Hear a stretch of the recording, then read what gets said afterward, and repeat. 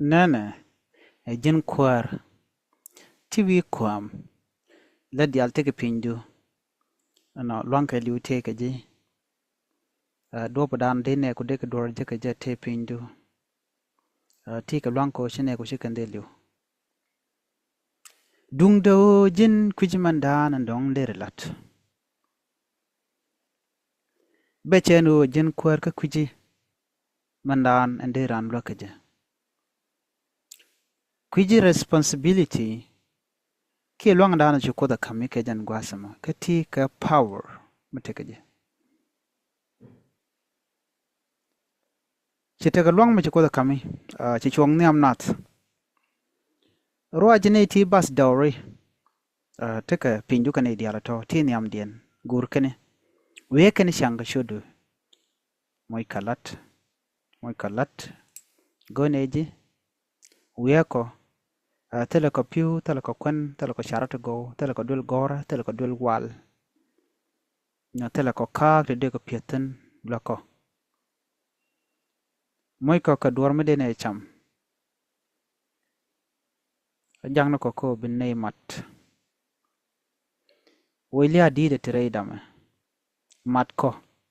akori e kachile treida koni de kontin te pinju kweratin beje tele mala rashanga kel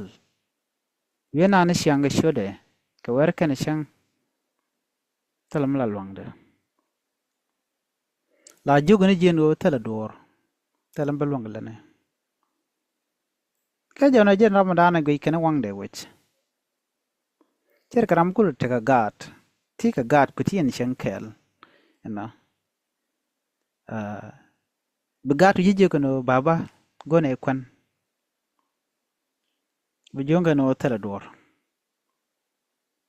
ka jeno gor kan dor ka je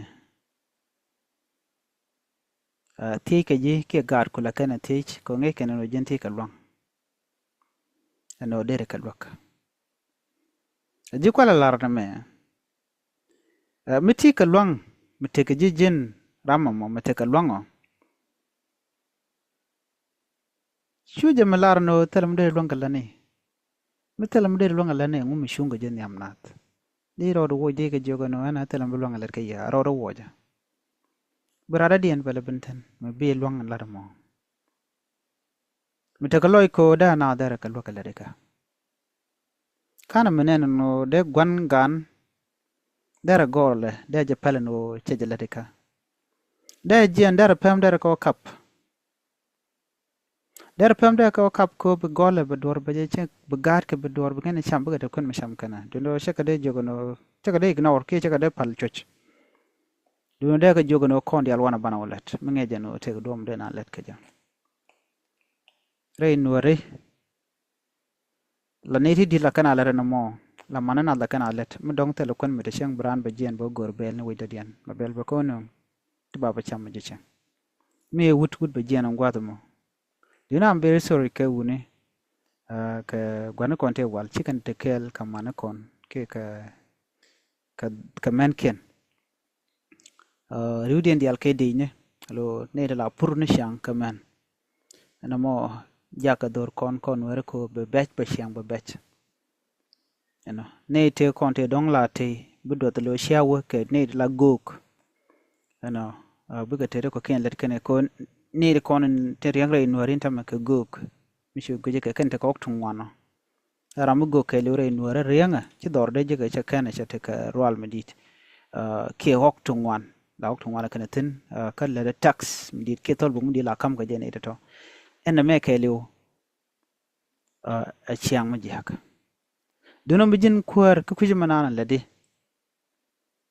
ngode gore je bi kon yal bi je lang nyok kwade karwado ko be je nyos dopen tok mabana ka jen o jen ti ka long mede na lwaka ja shugu na ka wanko wa gor solution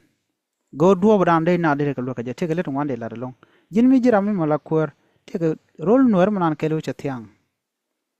ni ti ka long kama nyama gor ka lung wi mona me awa kwen me cham ka duo de kwen de je ka ja de jara la ka point kwan karwade ke jona ti ka long chur jaga kuer metel melonga metel medong da lat ka jino TV kwam chu neku chu ka gwe jor chu luang du ba chu ja dot ko mi cha kamimo emedi ngeden wo teni te kor ne di ala content jodu kaneku ene mu gwa be meko biga tek be kanan jekaja